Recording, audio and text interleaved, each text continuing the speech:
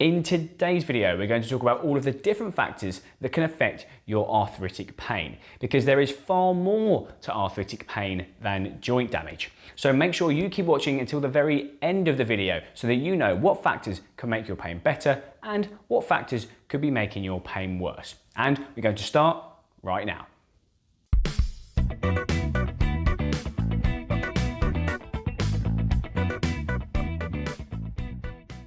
Now, I'm very excited about today's video because we're going to be busting some more myths when it comes to understanding pain.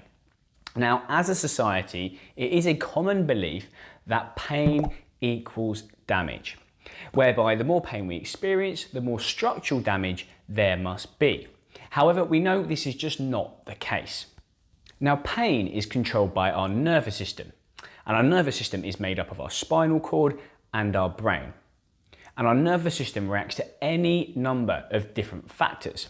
Now, when trying to understand and explain pain in the medical field, we often refer to something called the biopsychosocial model, which does sound really boring, but it's just a typically overcomplicated medical way of saying that pain is affected by physical things, but it is also affected by some psychological things and some environmental factors as well.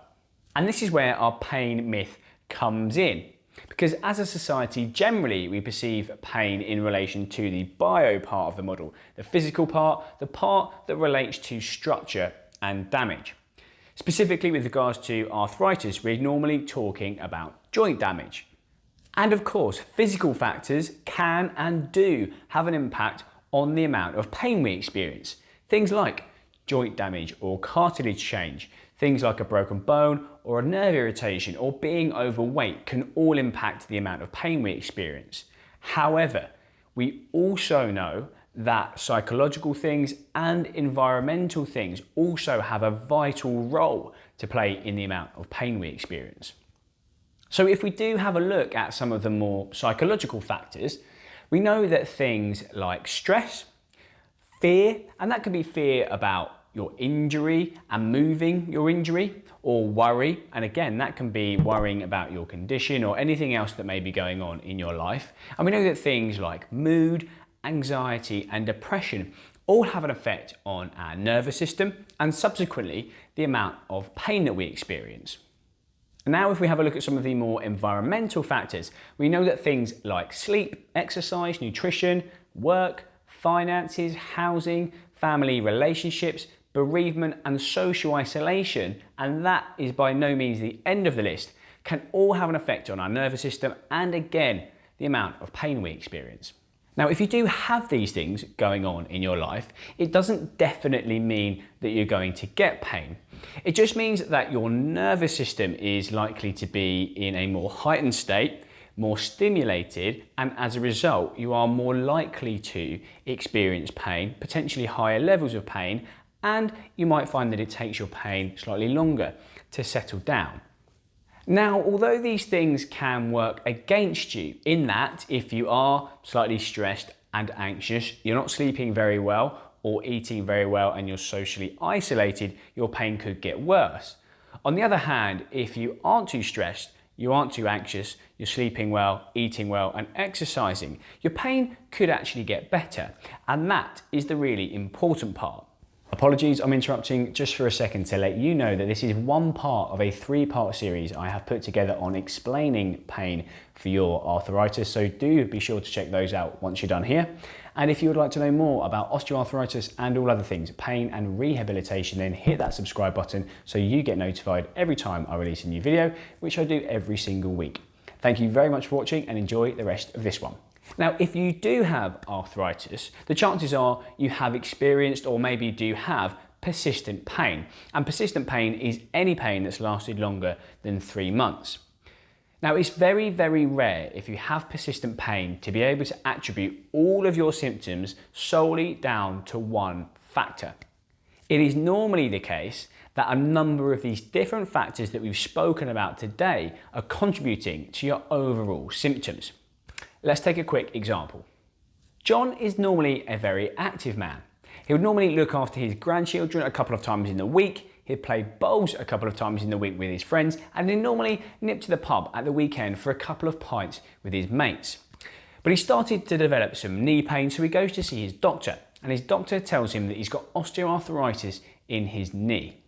Now this started to worry John because his doctor didn't have too much time to explain osteoarthritis to him, and he thinks that osteoarthritis is a degenerative condition that's gradually going to get worse as he gets older, and there's not much that he can do about it. Plus, one of his mates down the pub had osteoarthritis in his knee and needed a knee replacement, and he's still having a lot of pain and discomfort. And as the weeks go on, John's pain continues. And as he gets more worried, he starts to notice that when he squats down to pick his bowls up, his knee is painful. And when he gets up off the floor after playing with his grandchildren, his knee is also painful. Now, in order to stop things getting worse, he starts to think about ways that he can avoid doing these tasks. So John continues to try and rest up and avoid things that are uncomfortable. But after a while, he notices that walking is uncomfortable and using the stairs is uncomfortable as well. So he makes a conscious decision that he's going to stop going to bowls and he's going to look after his grandchildren less to try and improve his symptoms. And because walking is a problem, John stops going to the pub at the weekend with his mates.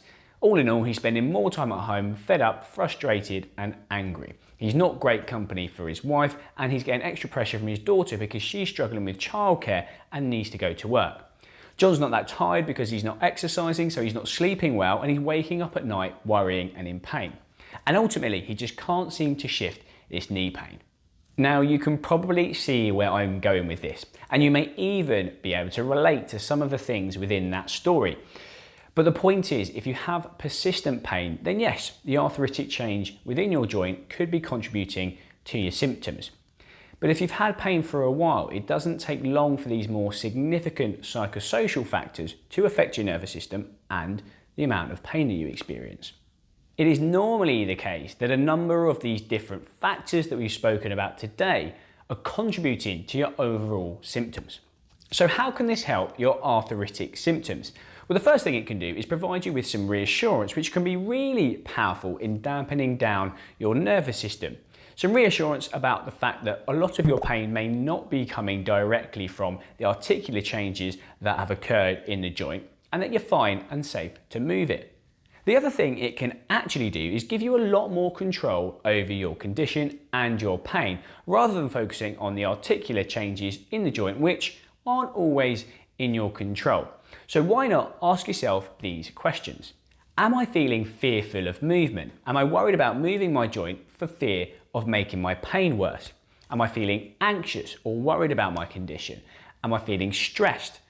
Am I feeling low in mood, anxious or depressed? Am I eating well? Am I sleeping well? Could I do with losing some weight? In my spare time, am I doing things I enjoy and love? And am I doing enough to distract myself from the symptoms that I have? Try to think about your pain like the volume button on your TV remote. What you want to try and do is turn the volume down on as many of those factors that I've just mentioned, which will help dampen down your nervous system, calm the system down, and in turn, help to reduce your pain. And there may be factors that I've just mentioned that you can't turn the volume down on because at the moment the situation is out of your control. Stress at work, for example. But still, even if you can turn the volume down on the other factors, maybe sleep, maybe anxiety, maybe eating better, you're still much more likely to see an all-round improvement in your arthritic symptoms. And that is why there is far more to pain than tissue damage.